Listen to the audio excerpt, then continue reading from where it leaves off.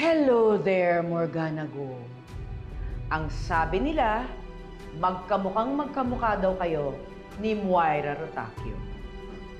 Little do they know that Morgana Go and Moira Rotacio are one and the same.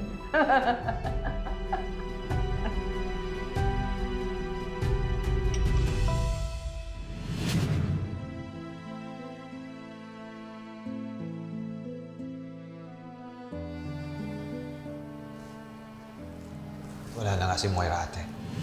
The once high and mighty Moira ay isa na ngayong malamig na bangkay. She ruined my life! She ruined my life! She ruined everything! And she is the reason why my mother is dead!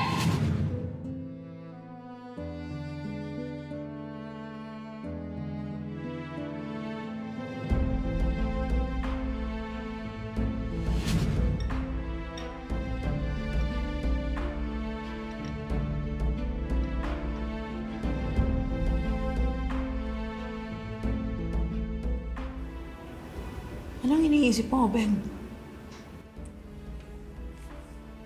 Ate, iniisip ko, di ba nakita natin si Moira doon sa morgue, sa burol at saka sa libing? Eh, sino ba talaga to si Morgana Go? O, Beng, huwag kang masyado magpapadala sa babaeng yun. Kasi ako, hindi rin ako naniniwala talaga hanggat hindi niya napapatunayan na nagsasabi siya ng totoo.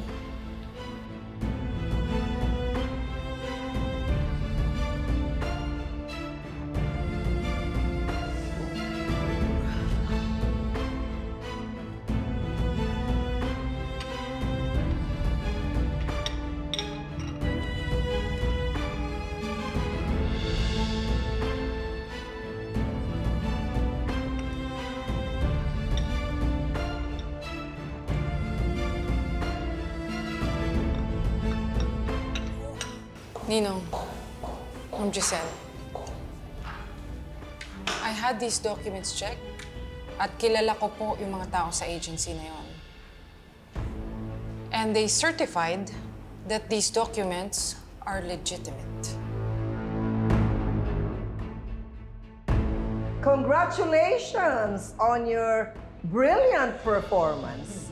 And at the same time, you survived the interrogation of the Tanyags. I am so proud of you.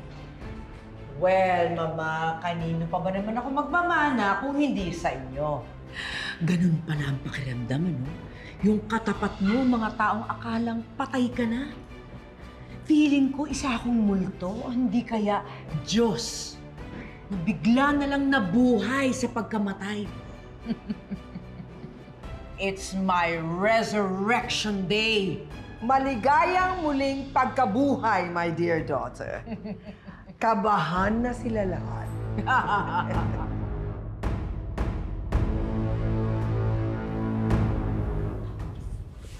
Giselle, tumawag ako dun sa kontak ko. And it's confirmed. Meron ngang farm sa Davao. At may lumaki doon na Morgana Go.